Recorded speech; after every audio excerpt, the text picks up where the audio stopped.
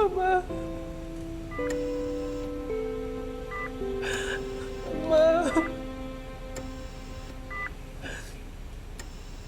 Dok,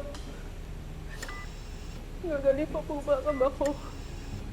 Ginagawa po namin ang lahat para makarecover siya.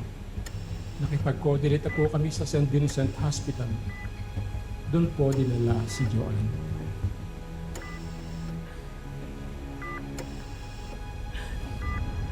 Gusto ko makita yung anak ko, Dok. Gusto ko po siya makita. Ayaw ko po siya mapahamak.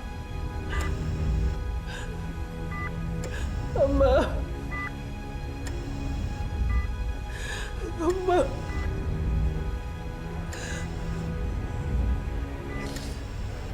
Jo.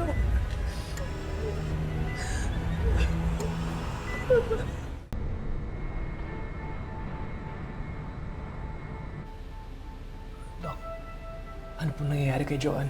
Siya ay nasa state of shock, marahil dahil sa post-traumatic stress disorder.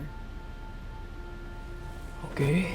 Reaksyon nito ng katawan at utak niya dahil sa nangyaring trahedya sa pamilya niya. Sobrang natrauma ang pasyente.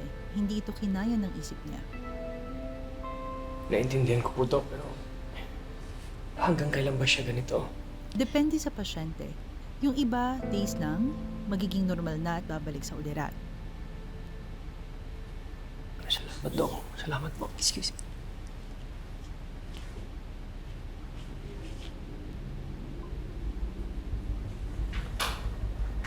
Jo.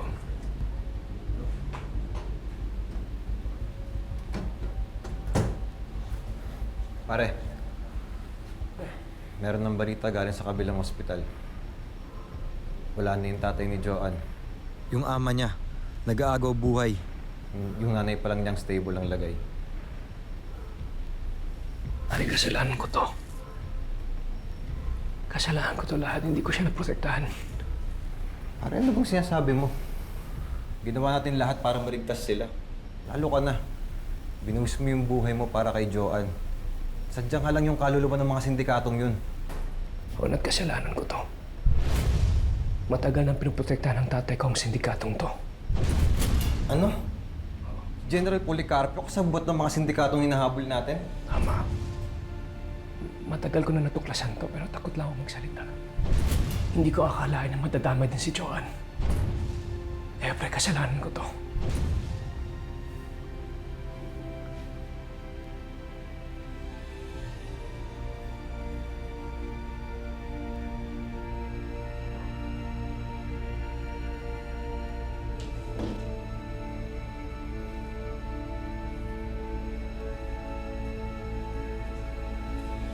Patawarin mo ako, Jo.